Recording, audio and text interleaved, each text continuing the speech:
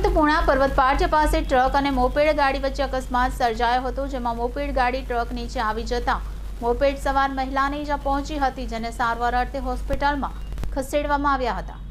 સુરતમાં બેફામ દોડતી ટ્રક અને ડમ્પરોને કારણે અનેક નિર્દોષોનો ભોગ લેવાયા હોવાની ઘટનાઓ સામે આવી ચૂકી છે। આજે વધુ એક ટ્રક ચાલકે મહિલાને અડફેટમાં લીધી હતી।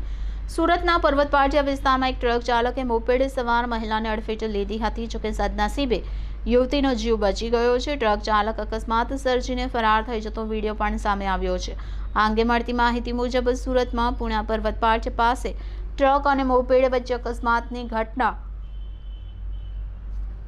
સામે આવી છે। ટ્રકની નીચે મોપેડ આવી જતા મોપેડ સવાર મહિલા ટ્રક નીચે ફસાઈ ગઈ હતી, જેથી ટ્રક ચાલક અકસ્માત સર્જી ફરાર થઈ ગયો હતો। હાજર લોકોએ ફરાર ચાલકને વિડીયોમાં કેદ કરી લીધો હતો।